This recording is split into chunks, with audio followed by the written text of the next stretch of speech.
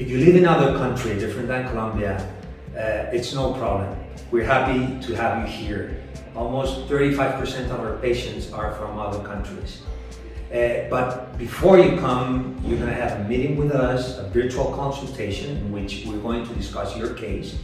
And besides, you're going to have the help of a local gynecologist that's going to analyze your case and communicate with us about his findings. And that's going to help us with the initial preparation for your treatment. Basically with ultrasounds that are needed and with the prescription of the adequate medicines to stimulate your ovaries. So don't worry, you're not going to be alone. You're going to have our email, you're going to have our WhatsApp number, and we're going to be in contact communication not only with you, but with your local gynecologist. When you come to our center in Colombia to do your fertility treatment, the first thing is a face-to-face appointment where we get to know each other. We can explain again all about the treatment and resolve your doubts. After that, we're going to do a first ultrasound, and after that, we can start planning day by day how is the ovarian stimulation.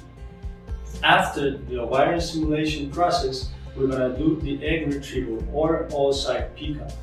That's a procedure that is under anesthesia. So for that procedure, you have to be fasting. So that means you cannot eat in the last 8 hours before the oocyte retrieval.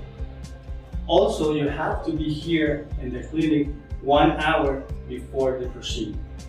After the egg retrieval, 3 or 5 days later, we will do the embryo transfer.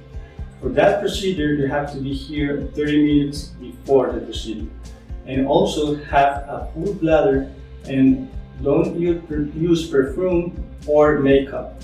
After the embryo transfer, you can go home the next day or the next day after that. 1 or 2 days after your embryo transfer, you can fly back home. During the next 2 weeks, you will be home and you will be using vaginal progesterone pearls and probably transdermical estrogens in gel in your thighs. Those 2 weeks are going to be a normal life. The only thing is that you don't have to do big efforts in terms of physical efforts, and you should not be having sexual intercourse. 2 weeks later, you will do a pregnancy test. With that result, we're going to be in communication. We'll analyze the result and we'll let you know if it's positive, if it's negative, and if the levels look okay. 3 days later, after that first pregnancy test, you probably are going to do a control blood test for the pregnancy hormone.